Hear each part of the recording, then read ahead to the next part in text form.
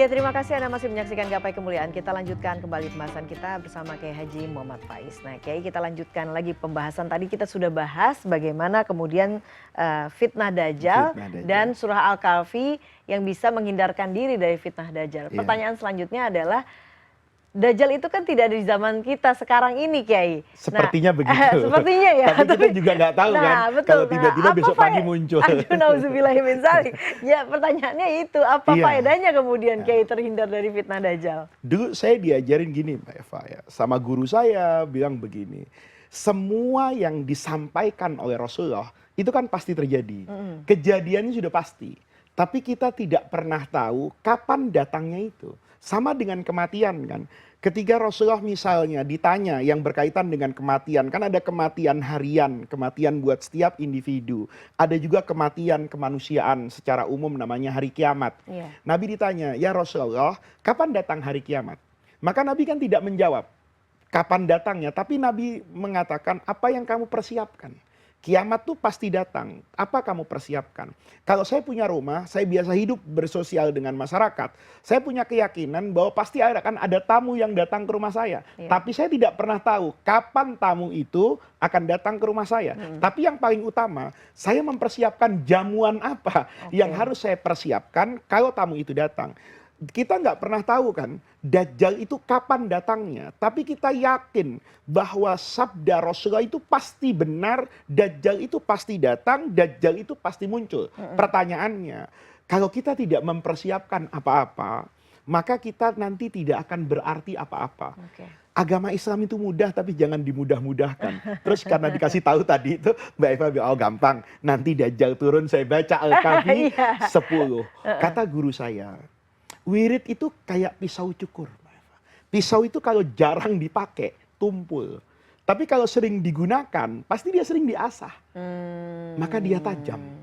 Doa, zikir apapun, itu yang paling istimewa, sering diasah apa enggak. Kita ini kan begitu ya. Kalau miskin, baru sholat duha. Ya kan? Kalau nanti sedih, baru baca Quran. Itu pisaunya tumpul. Ya, tapi kalau sudah biasa kita lakukan, maka dia sudah tajam. Sudah siap untuk kita gunakan. Nah itu yang paling penting para pemirsa. Jangan tanya, kan Pak Dajjalnya belum datang. Tanda-tandanya belum datang. Oh iya, karena itu belum datang, ayo kita persiapkan. Sehingga 10 ayat dari surah Al-Kahfi itu bisa menjadi wirid harian kita. Kita menjadi terbiasa. Jangan sampai nanti waktu Dajjal turun, ya hafalannya berantakan, nyari Al-Quran nggak punya. Nggak punya pisau yang tajam nggak ya punya Kiai. pisau yang tajam. Baik Kiai, kita masih bahas seputar akhir zaman Kiai. Selain Dajjal disebutkan juga ada kemunculan Ya'juj dan Ma'juj. Apa itu sebetulnya? Ya'juj wa Ma'juj itu makhluk Allah. Ya. Nabi Muhammad hanya menceritakan bahwa mereka itu mingkuli hadabin yansilun. Mereka itu ada sekarang di dunia ini, tetapi Allah sembunyikan entah ada di mana.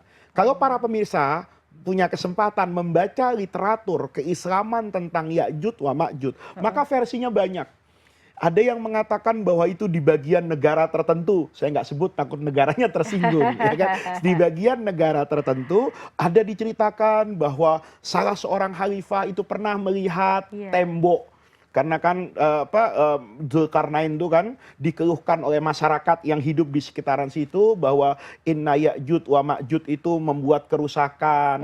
Maka ditawarkan Dzulkarnain, kamu saya kasih upah ya besar nih, ala antaj'ala bainana saddan. Yang penting bangunkan tembok yang kokoh. Ada yang mengatakan temboknya pernah ditemukan orang. Tetapi yang pasti kata Rasulullah, mereka itu berbadan pendek, misalnya matanya juga tidak kemudian mata yang besar. Kemudian yang paling penting jumlah mereka sangat banyak.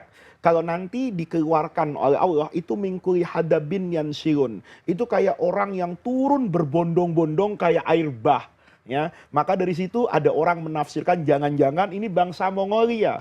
Tapi bangsa Mongolia kapan? Ini kan ada orang mengatakan ini dulu Raja Holako yang menguasai dunia. Karena waktu itu kan dia dari Mongolia itu sampai ke Mesir. Itu semua dalam genggaman dia. Saudaranya namanya Kubilai Khan yang pernah mengirim utusan ke kerajaan Singasari. Ya, nah itu semua hanya sekedar tafsir.